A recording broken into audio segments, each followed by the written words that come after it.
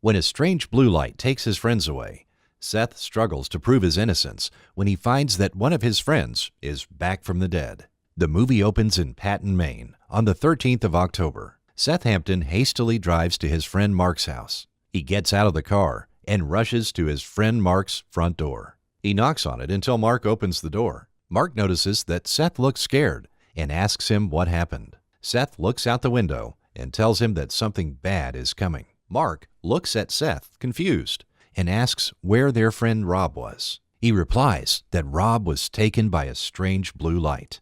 Just when Mark is about to reply, all the lights in the house go out. Mark's fiancée, Jen, walks into the room and asks Mark what is going on. He tells her to go back to the room and grabs a rifle. Jen refuses to go and insists on staying. He then tells her to stay with Seth while he goes out to check what is happening. He leaves the living room and goes to the hallway while Seth and Jen watch him. Suddenly, everyone hears a loud beeping. It is so loud that they cover their ears and they get nosebleeds. Then, while Seth and Jen are still on the ground covering their ears, Mark stands up robotically and walks out the front door. Seth, who was watching him, tries to help, but cannot move due to the loud sound. He watches as Mark is taken up into the sky by a white light. The next day, it is reported that there had been a city-wide blackout. Both Mark and Rob are reported missing, and Seth is interrogated after Jen tells the police that Seth was involved. A few days later, Seth is released by the police, as there is not enough evidence to hold him. 2 years later, Seth wakes up from a nightmare and finds that his nose is bleeding again. He then turns on the news and hears that the strange blue light is back. Feeling rattled, he calls his doctor and schedules an appointment with him. He then calls into work and informs his coworker that he will be late. Meanwhile, Jen is dropped off at a diner by her fiancé, Clyde. When she gets to the kitchen, her boss tells her that he will be cutting down on hours since business has not been good. She then notices the news where there is a report of another blackout and the strange blue light. This puts her on edge, but she gets back to work. Elsewhere, 2 hunters are out in the forest hunting when they hear a strange sound. They decide to follow it and immediately notice a naked man lying face down in the snow. They approach the man when he suddenly gets up and starts looking around, confused. The man turns out to be Mark, who then slumps against a tree. He then makes a strange loud noise, just like what the hunters had heard earlier. One of the hunters goes closer to him and asks if he is okay. All of a sudden, Mark grabs the man and snaps his neck, killing him.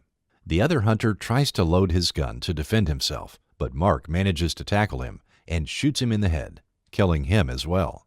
After his doctor's appointment, Seth decides to meet with Jen and visits her diner. Jen apologizes to him for telling everyone he was involved.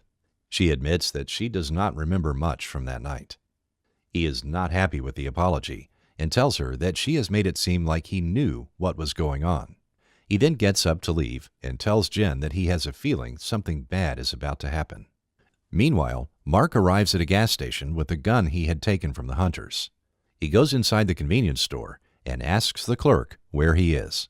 The clerk tells him that he is 100 miles away from Patton. He then tells Mark not to bring his gun into the store. Mark leaves the store and goes up to a man who was filling up his car. He attacks the man and stabs him in the throat. During this, the clerk comes out and tells him to stop and that he is going to call the police. Mark stops for a second before killing the clerk as well. He then takes the body of the dead man and drives away in his car.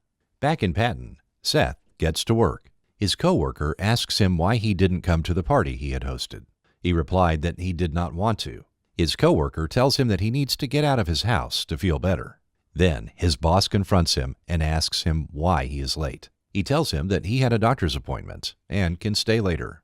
His boss questions him about his nosebleeds, but he does not answer him and gets back to work. During this time, Mark arrives at his old house. He notices that there's a woman inside. He then goes toward the back of the house and cuts the telephone wires. When the woman picks up the phone, she realizes that it is dead. Mark then finds a man chopping wood behind the house and approaches him. As soon as the man spots him, he tells him that he is on private property and that the hunting ground is further up. Suddenly, he grabs the axe from the man's hand and kills him. Mark then hears a scream and turns around to find his wife watching them. The woman begins to run and grabs her car keys from the house before running toward the car. However, Mark catches up to her and kills her before she can leave. Back at the hardware store, Seth is working when he suddenly feels dizzy and gets another nosebleed. His worried boss gives him the day off and tells him not to come back until he feels better. Meanwhile, Mark lines up the bodies of the 3 people he had killed in a shed.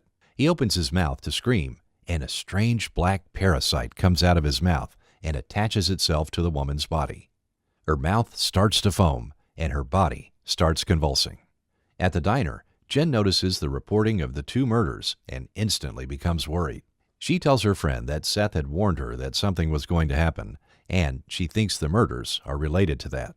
Her friend asks her if she thinks Seth is the one committing the murders, but she tells her that she doesn't think it could be. She then dismisses her concerns and gets back to work. That night, Mark arrives at Jen's fiancé's house.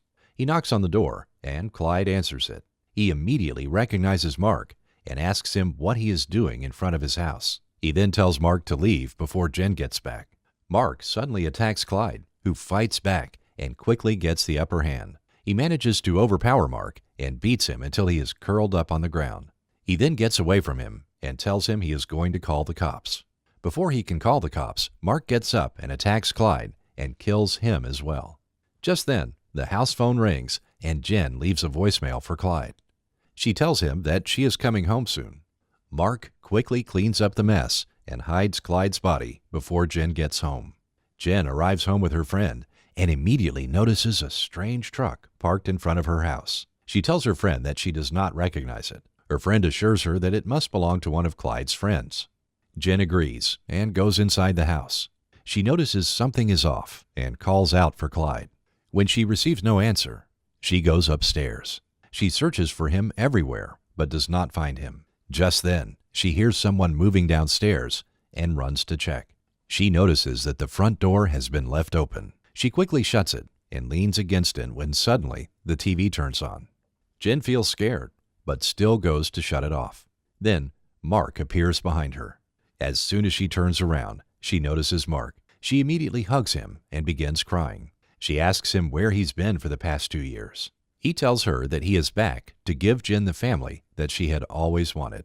She finds this odd and tries to move away. Mark asks her if she still loves him. Before she can reply, he touches her head, and Jen starts getting terrifying flashes of Mark getting tortured. Back at Seth's, he wakes up when he hears the phone ringing. He picks it up, but no one talks. He hangs up the phone. Soon, the phone starts ringing again. He picks it up, but this time, Mark tells him that he is back. When Seth asks him where he was, he asks Seth why he is asking him that when he was with him all along. Seth immediately hangs up and tries calling Jen. However, when she does not answer, he gets worried and decides to check up on her. Back at Jen's house, Mark lays down Jen's body next to Clyde and the 3 bodies that he had lined up. He then locks the shed and leaves.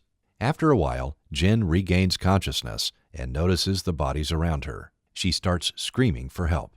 At that time, Seth checks Clyde's house but does not find Jen there. He then goes back to Mark's old house. He tries opening the back door but finds it locked. He then hears Jen's screams and runs towards the shed. He tells her that he is going to break the door open and grabs an axe from the ground and breaks the door down. He notices Clyde's body and the 3 bodies covered in a white cocoon. Jen covers Clyde's body, and the 2 of them are about to leave when Mark comes back. He grabs Seth and touches his head, showing him the same images he had shown Jen. Then, Jen grabs the axe and hits Mark in the head, causing him to fall to the ground. Suddenly, a naked man emerges from the cocoon and grabs Seth's leg.